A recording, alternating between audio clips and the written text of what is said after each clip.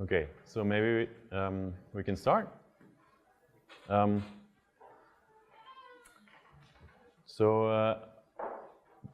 We'll continue today with the motivic volume.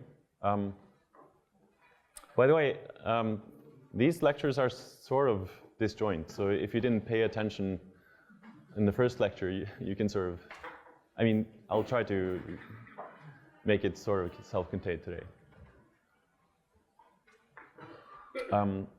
Yeah, so what's the goal? All right, okay, let's do a quick summary. So we say that two varieties, x and y, are stably birational if they become birational by taking products with two, maybe, different projective spaces. And we say that x is stably rational if it's stably birational to Pn. So the goal is to try to prove that certain varieties are stably irrational, so not stably rational.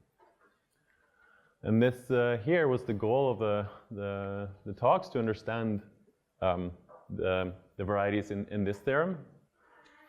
So the main case is this here, and I'll try to prove this today. It says that a very general degree 4 hypersurface in P6 is not stably irrational. So I'll try to use the techniques of specialization and, well, mostly the techniques that we'll see today, and to prove this at the end. And then if there's a little bit of time, then maybe I'll say something about this case here, which is also a fun argument, I think. Okay. So I will work in the ring of stable birational types. So in birational geometry, it's very natural to consider the set of all stable birational equivalence classes of varieties. So it's just the set. And if you have a variety x, you let x SB denote with the brackets, denote the equivalence class. And we consider the free abelian group on that set. So the elements here are just sort of formal, combinations of birational types. So, from the viewpoint of the rationality problem or birational geometry, this is a very natural group to consider. So this is for integral varieties. So if you have more components, you just say that in this ring, it's the sum of all the components. Okay, and this is also a ring by the fiber product. So the product of two classes, x and y, is just defined to be the class of the fiber product, which is again integral, and you show that this defines a multiplication on this ring. Okay, so I've tried to sort of limit the amount of machinery we need for our applications, and sort of it turns out that we can work in this ring. That's what we need. But I should also mention that this comes from, of course, the Grothendieck ring of varieties. More precisely, this important theorem of Larsen-Luntz says that there's a ring map from the Grothendieck ring of varieties over the field. So we assume that the field has characteristic 0, because this really is a consequence of the weak factorization theorem. And there's a surjective ring map from the Grothendieck ring of varieties onto this ring of stable birational types. And the kernel is generated by the class of the affine line, which is usually denoted by L. So, we're interested in this ring, but it's actually a quotient of the Grothendieck ring of varieties, quotient out by L. So it's not a new object or anything. It's just sort of I prefer to sort of keep it in in this ring here because it's very, very concrete what the elements are. But this is the sort of basis for the argument that we can relate it to the Grothendieck ring of varieties. And in particular, it has this sort of famous consequence that if you have two varieties which are smooth and proper, again in characteristic 0 here, they are stably birational if and only if their classes are the same, modulo the class of the affine line in the Grothendieck ring. And I should say that this is not at all true if these aren't smooth and proper. Then, yeah, it's really a statement about smooth and proper varieties. Okay. Yeah, let me just maybe see an example of that. So this ring map, which sends the equivalence, sorry, the class of X in the Grothendieck ring to the equivalence class. That formula sort of only works if it's smooth and proper, because even for A1, well, if you write A1 as the difference of P1 and the point, you see that A1 is set to 0, and of course it's not the empty scheme. So. Okay, so this was all to define or make the transition to the motivic volume, which it will be sort of the main tool of today's lecture. So again, I'll work in sort of just the generality I need for the application. So I will allow myself to work over even the complex numbers.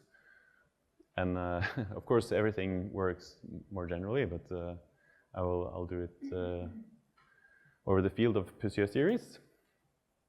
And also consider the valuation ring with the t-adic evaluation. Okay.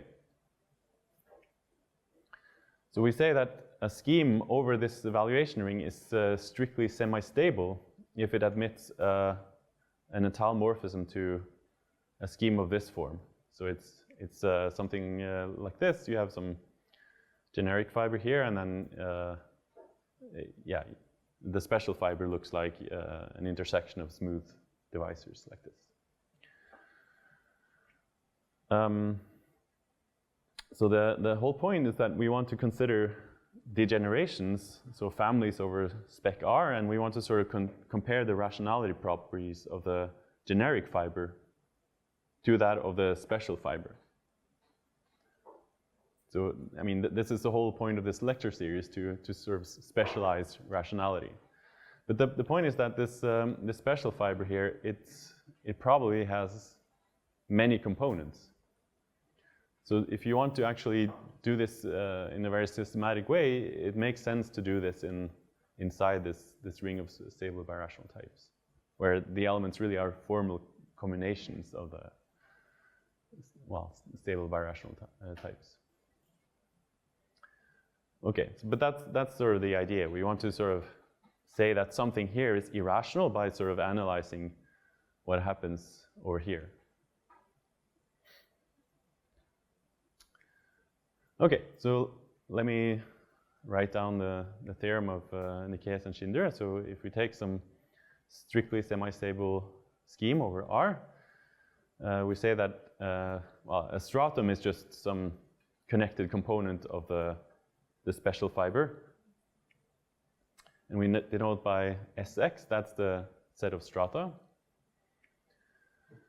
And then there's the formula of Nicaise and Shinder, which says that there's a ring map.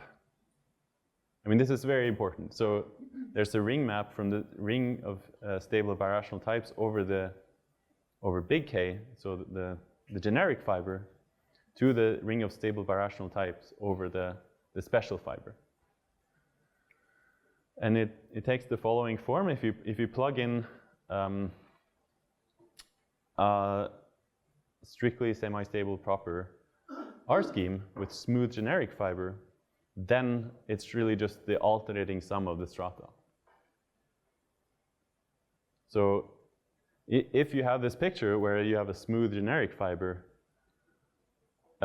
then and the family is semi-stable, it's really just sort of taking the components in the special fiber and compute the alternating sum of the strata. So this is maybe the most important formula in the, in the whole lecture series. Of course, this comes from, well, motivic integration theory. So there's a whole story that I unfortunately cannot tell, but I just want to sort of emphasize the applications of this formula in these lectures. What, sorry? In which place we can find the stories? There's a survey paper that I have with Johannes Nicaise. You can find it on the archive. If you Google. Yeah. Okay, but really, this formula here will be sort of the main formula today. Most of the applications will be a consequence of this. Okay, so there are some basic observations. So the volume, like if you send a point, a point gets sent to a point. So the volume of spec K is sent to spec C.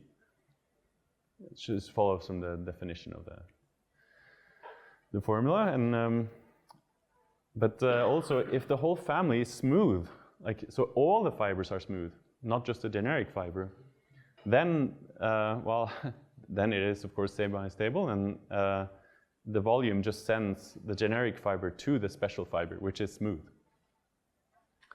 But that has a very important consequence, or both of these have consequence, saying that if you have a smooth and proper family, so all the fibers are smooth and proper, then if the generic fiber is rational, then also the special fiber is rational.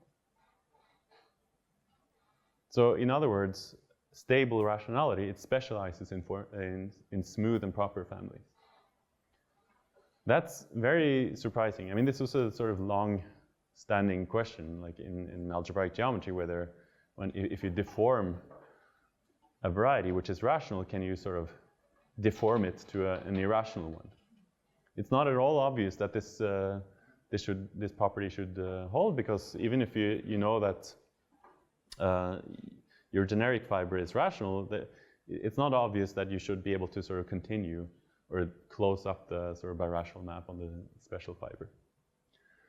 But this is one of the sort of main applications of this whole theory, that they could solve this long-standing question in algebraic geometry, that stable rationality, it specializes in smooth and proper families. And we already saw examples where this failed, where the families had singular degenerations. So we had cubic surfaces that mapped or that deformed to cones over elliptic curves. In those examples, this is not true. Okay, so this is sort of the most basic thing that can happen if you have a specialization, that the fiber really is irreducible. So in our main applications, we will actually consider degenerations where you have lots of components, and there this alternating sum will be quite important. Yeah, and I should also mention that this theorem was extended by Kontsevich and Cinkel with rationality instead of stable rationality. But it, philosophically, the same argument. Okay. Yeah. So more generally, if you have two families over a common base S, then you can look at the set of points in S, so that the fiber over S here is stably birational to the fiber over here. And a consequence of this is that this is a countable union of closed subsets. So, if you have two families, then the set of points where in the base where the fibers are birational, this is really a countable union of closed subsets. In particular, also this the rational locus here is a union of closed subsets. Okay, so let me say a little bit more about this example that we had, the cubic surfaces that degenerate into a cone over an elliptic curve. So this is quite concrete, so we can write down everything in equations. So here's the Fermat cubic that degenerates into a cone over an elliptic curve. So the picture looks like this. So you have the generic fiber is really just a smooth rational surface. It's of course rational. And the special fiber is like the cone over some elliptic curve. So here, rational specializes to irrational. So, but we can sort of understand what goes wrong by looking at this motivic volume formula. So the issue is, of course, that the family is not semi-stable. I mean, you have this like singularity coming from the cone point. So if you blow up the singularity, then you actually make the family semi-stable, and you take well, if you have a cone and you blow up the cone point, what you end up with is a ruled surface over the elliptic curve. And the point is that when you try to compute this alternating sum of strata, all of the contributions from this elliptic curve, they cancel out. So what happens is that the volume is just, well, you're supposed to take the two-dimensional strata, like, so E is just a cubic surface in this example, and the intersection here is an elliptic curve. And we see that everything just cancels out to a point in the end, which it sort of had to do, because we specialize something rational to something with two components, and I mean the spec C, sorry, the rational should sort of map to spec C over the generic fiber. Okay, so there's no contradiction in the world. Okay. I should also mention that, I mean, there's a sort of more flexible version of this, which is formulated for toroidal singularities. So let me just quickly remind you what that is. So we take some R scheme of finite presentation, and this is strictly toroidal if Zariski locally we can find a smooth morphism to a toric variety. So yeah, this is really just I mean, M is some toric monoid, so it's the lattice points inside some cone, and you divide out by some monomial and like this. So it's basically like morphism to a toric variety. Yeah. Okay, so here's one example of something which is strictly toroidal but not semi-stable. You can take this thing here. So you know, this is defined by some binomial equations. It's clear that this is itself toroidal, but the special fiber kind of looks like this. It's 4 planes that intersect in the origin, and this doesn't happen for semi-stable models. The only reason I'm mentioning this is that in the applications later, it will just be much more convenient to work with toroidal singularities rather than semi-stable ones. Yeah, maybe I'll skip this example. Just a few advantages of that, because you know, being strictly semi-stable, it's quite restrictive. Like typically, to make a semi-stable model, you really need to perform lots of blow-ups. And in our cases, we actually have to find these models explicitly and compute the motivic volume. And the toroidal condition is much more flexible, and we don't have to actually compute that many blowups. Yeah, you have stuff like the product of two strictly stable, strictly toroidal is again strictly toroidal. It's not true for semi-stable. And but the most interesting or the most important reason is that when you try to degenerate hypersurfaces into sort of unions, these toroidal degenerations they appear very naturally. So here's an example. So if we take some homogeneous polynomials, then we can consider the following R scheme. So I just assume that all the polynomials are general, and so that well, the degree of f0 is just equal to the sum of the other degrees. So geometrically, this takes a family of d0 degree hypersurfaces and degenerates it into like a union of hypersurfaces. And if you choose these general, this will be strictly toroidal. Yeah, but it's not going to be strictly semi-stable because if f0 and f1 and f2 vanish at the same time, the total space will not be smooth at that point. Okay, so let me just say that the motivic volume formula that we had before, it also works in the toroidal setting. So you don't have to actually find a semi-stable model if you want to compute this this formula. Okay, but again, it's the same formula. You just take like if you have a strictly toroidal R scheme, you just take the alternating sum of the strata in the special fiber. Okay.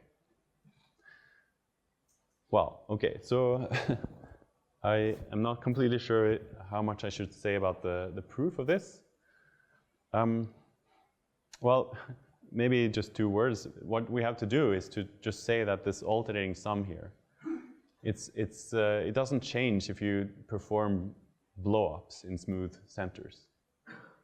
So, here there's some sort of inclusion-exclusion principle that when you blow up a subvariety in this total space, the contributions here sort of cancel out. So it doesn't really depend on which model that you take. So, I mean, there are some cases that you have to consider. But I think I'll actually skip this proof here, and I'll just put these slides online, and if you want to see the proof, you can see them. Yeah. Do you see a formula for the specialization in the K groups? Yes. Yeah. When you use the theorem of that you mentioned that the way you define is K divided by Yeah. that follows also from that combination of this. Well, I mean, I think one should sort of prove it in K, and then you specialize for this. Yeah. Of course, it's very natural to work in this setting, but for this talk, I just wanted to sort of keep it very elementary. But yeah, in this basic example, we have 2 components in the special fiber, and this is the case where you are supposed to blow up the intersection.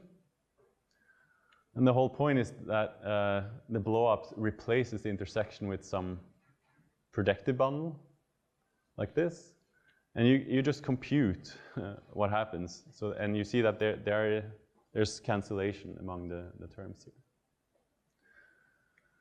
So, I mean, basically you just have to sort of see what can happen when you blow up. I mean, you can blow up a stratum, you can blow up a subarray which is not a stratum, and yeah. So I think I'll skip this proof.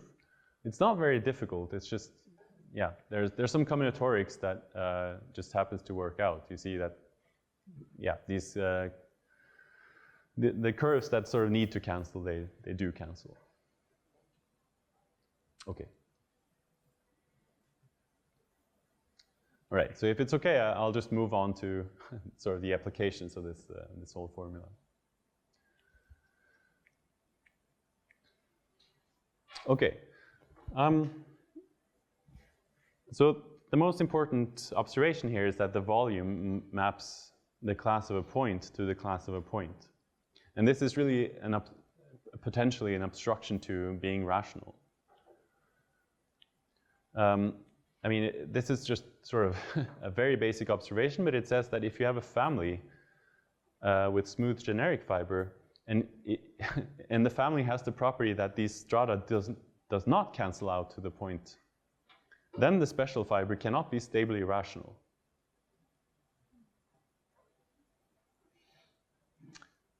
So, okay, this is sort of it's a very basic observation. We have this alternating sum formula, but if we find some degeneration of some like hypersurfaces or something like this, and manage to prove by some method that for that particular family the alternating sum does not cancel out, then the generic fiber is not rational.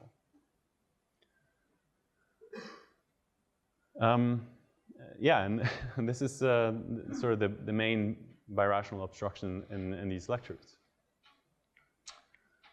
So let's try to prove the following. So this was a theorem by Claire-Voisin, saying that a very general double quartic threefold is not rational.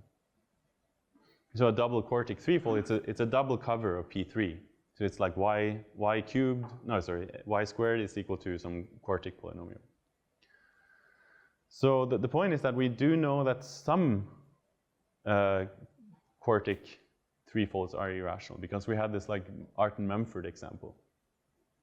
But now we want to show that the very general one is not stably rational. And the point is that we can just sort of degenerate to the Artin-Mumford example. But one has to be a little bit careful about the singularities, because those threefolds are singular.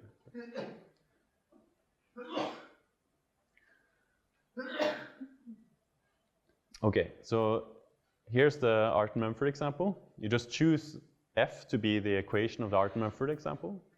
And then you just perturb the equation a little bit. So you take some pencil of quartic polynomials.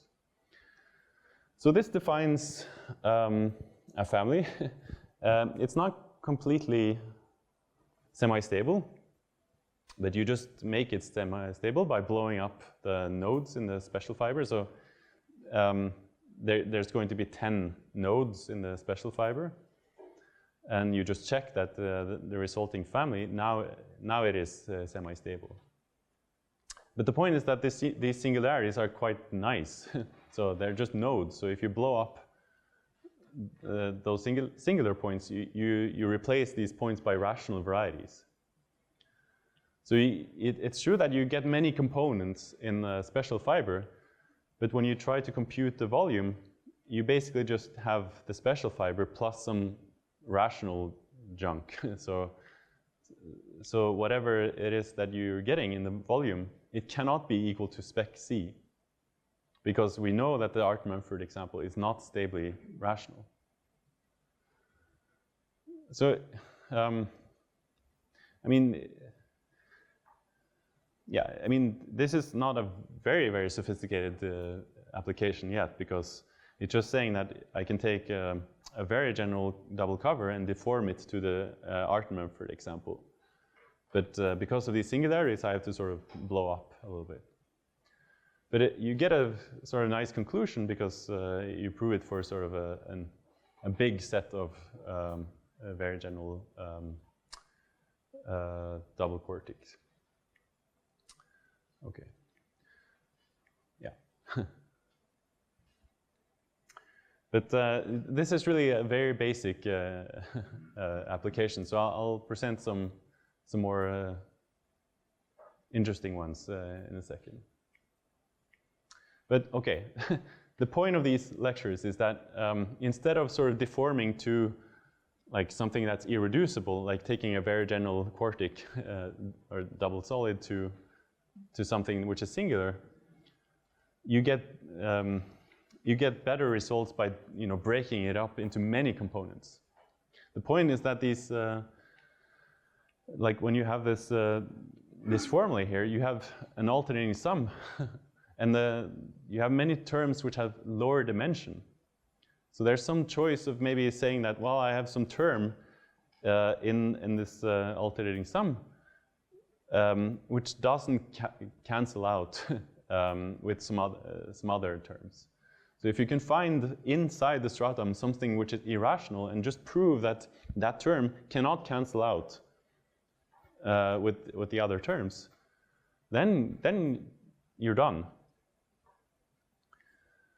But it has this sort of an interesting consequence that you deduce irrationality from like a big dimensional variety from smaller dimensional ones, which is quite surprising. There shouldn't be sort of relations between the rationality problems of a degree 4 hypersurface here and a degree 5 hypersurface here. I mean, it's quite interesting, I think. Anyway. So here's a sort of basic case where you degenerate into two components. So you have a picture like this. Then the volume is very easy. You just take the two components and you subtract the intersection. But then we have the following. So if exactly one of these three strata is stably irrational, then we're done. Because let's say that this was the irrational guy. Then that means that these are rational. So this cannot cancel out to the class of a point. Like if there's something that's irrational and it cancel out to a point, then it has to sort of cancel out with something else irrational. So if there's only one irrational among the three terms, there cannot be cancellations like this. And the same happens if these are both stably irrational. Because if they're both, I mean, it could be that this is stably irrational as well, but it can only cancel out with one of them.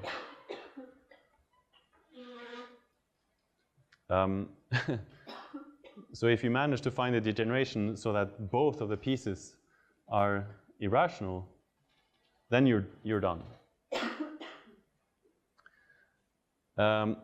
And the same thing happens if this guy is irrational and this is also irrational, but you can sort of by hand prove that they're not birational to each other, then there's no cancellation, and then we're also finished.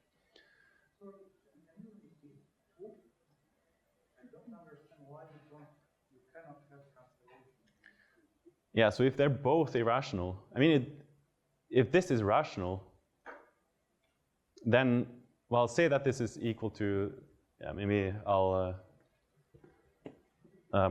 write this argument. So if we have x0 plus x1 minus x0, x1 is equal to spec c. So say that both of these are irrational. So if this is spec c, you move it to the other side, and these would have to be rational. Because we're really computing in the free abelian group on stable birational types. So the only way that you can have equality is that the terms on both sides actually match up. And if this is irrational, well, it could happen that everything cancels out to a point, but then this would have to cancel with one of those, right? But it cannot, I mean, it cannot have, if both of them are irrational, then, well, it could be that this cancels with this, but then you're left with something that's irrational here. So it doesn't cancel out to the class of a point. I had forgotten that it's a free. Yeah. Yeah, this is maybe one advantage of using this very basic ring instead of the Grothendieck ring of varieties. There are no relations. It's really just a free abelian group on birational types. So it's just what you need to make this sort of argument work. But it's very basic. Like it's very easy. Like if all of the three are stably irrational, it also works. Cannot cancel out to the class of a point like this. Okay, here's a kind of funny argument, I think. So suppose that we know that a very general quartic threefold is stably irrational, which we do, by the way, because this is one of the points that we had in our big table. So this was proved by Kolotelen and Pirutka. So this is input. So suppose that we know that a very general quartic threefold is irrational. Then at least one of the following must hold. So either the very general quartic fourfold is stably irrational, or the very general quintic fourfold is stably irrational. So we have an input from threefolds, and we get a conclusion about fourfolds. So, you know, here the best case would be this. You know, if a quartic threefold is stably irrational, we actually improve it to a quartic fourfold. That's even better. And if you don't know that, at least you can prove that a quintic fourfold is stably irrational. So I think this is kind of a strange phenomenon that you can sort of get irrationality results in higher dimensions. And the proof is very easy too. So here's what you do. You take, you take a degree 4 polynomial and a degree 5 polynomial. You consider this. So when t goes to 0, this breaks into these these two components. So one is just P4, so it's the proj of a polynomial ring, and then a quartic, so F here has degree 4. So here you have a quartic fourfold, and here we have a quartic threefold.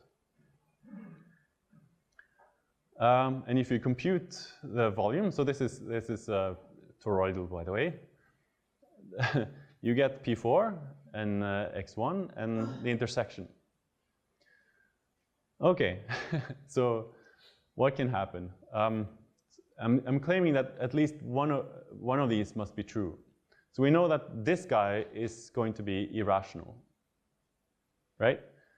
So from this, because P4 is rational, this whole expression is equal to spec C if and only these two are equal. Oh, sorry. So if we assume that a very general, okay, so let's consider the second case. So if the very general quintic fourfold is stably irrational, fine. If it's stably rational, then that means that this volume thing here is equal to the class of a point. But that means that this would have to be equal to this, but then x1 has to be stably irrational as well.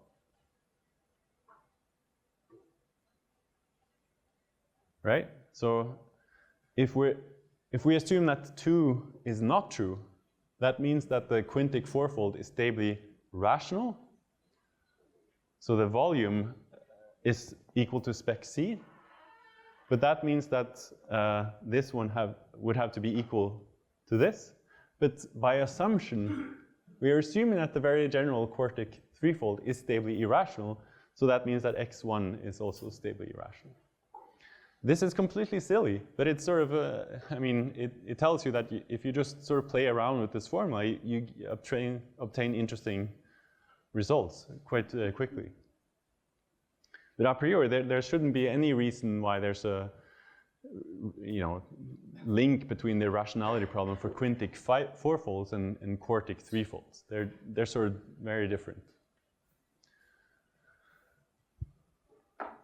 Okay. So maybe some of the exercises for the afternoon session would just be to sort of find more applications like this. It's very, it's a fun thing to try to search for.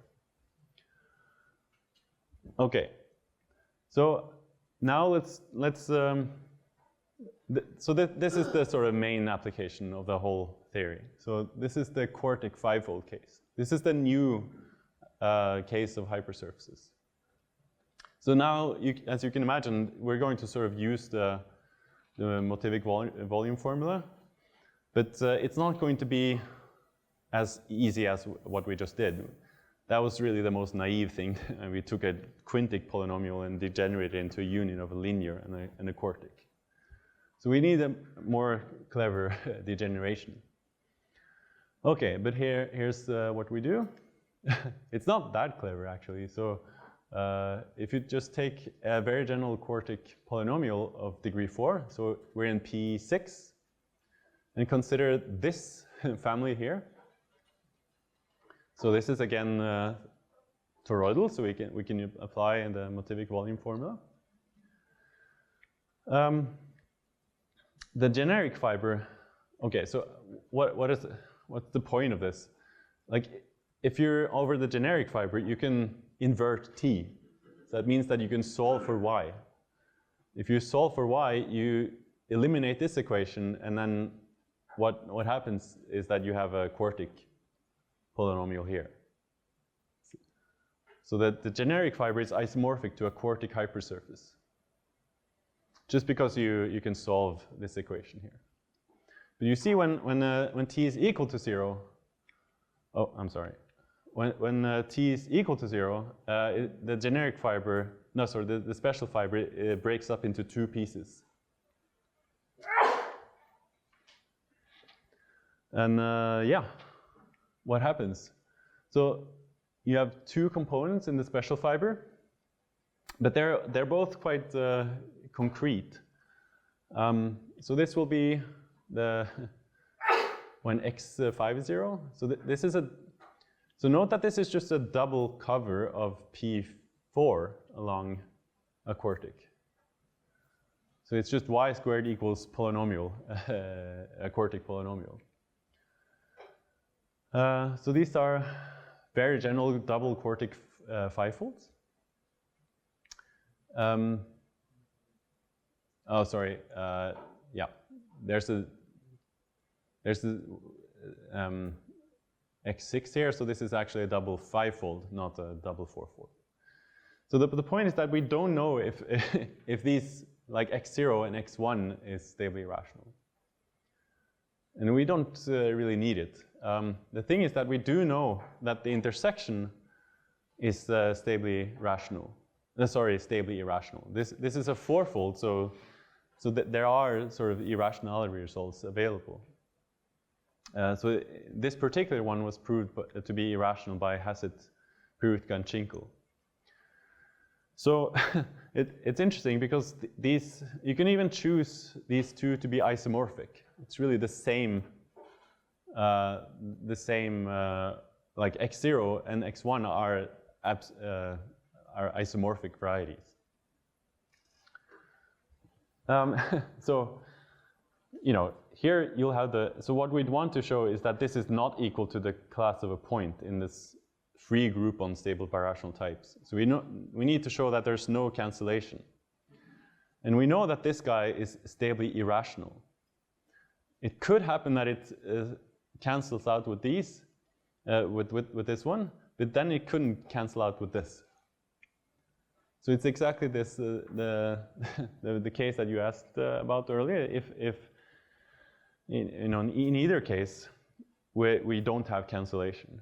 Like, it could be that both of these are rational, but then this is irrational, so the whole alternating sum cannot be the class of a point. But if both are irrational, then okay, there might be cancellation, but you cannot cancel both.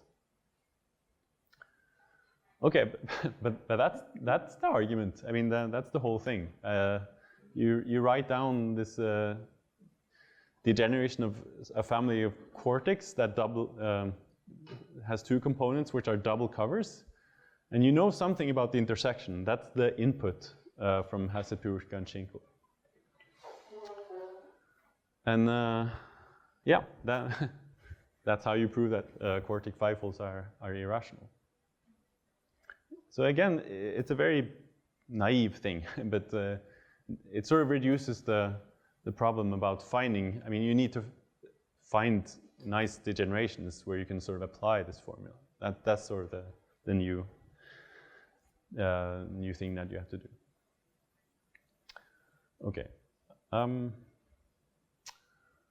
So I was going to say a little bit more about these complete intersections also.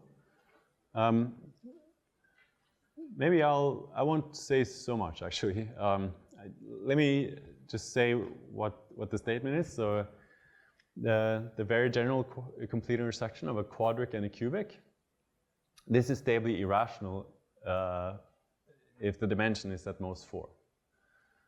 So this is a sort of famous class of Fano varieties.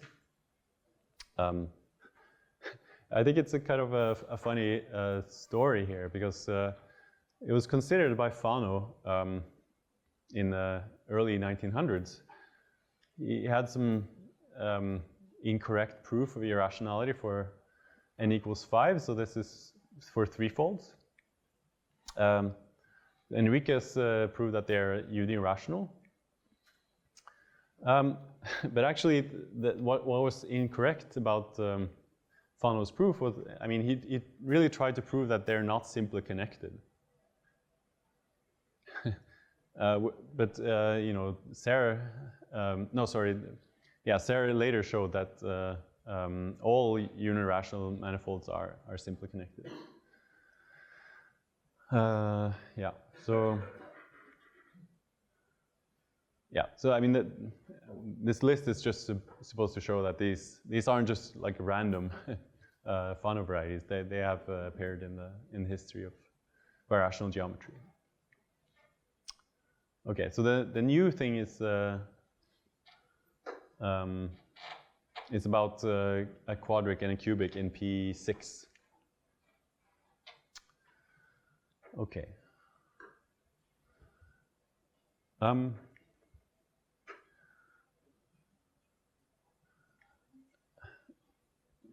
I'm not completely sure if I should go through the proof, because it just, yeah, maybe this is a good thing to do during the exercise session, because I mean, as you can see from the board, it involves quite classical algebraic geometry.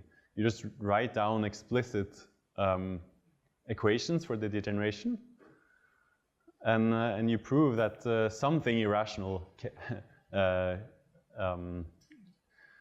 enters, and yeah, you just compute the volume and you conclude in the same way. So there are some explicit degenerations that involve very basic techniques from algebraic geometry, but it's really the same kind of argument that this alternating sum formula does not cancel out. So you just need to find some degeneration that just works, and then here it turns out that you'll have these two components, and exactly one of them will be irrational, and so we're done.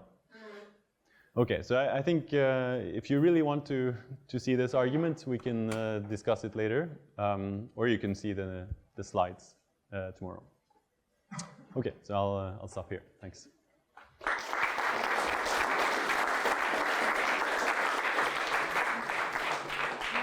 Do you have some questions? Yep.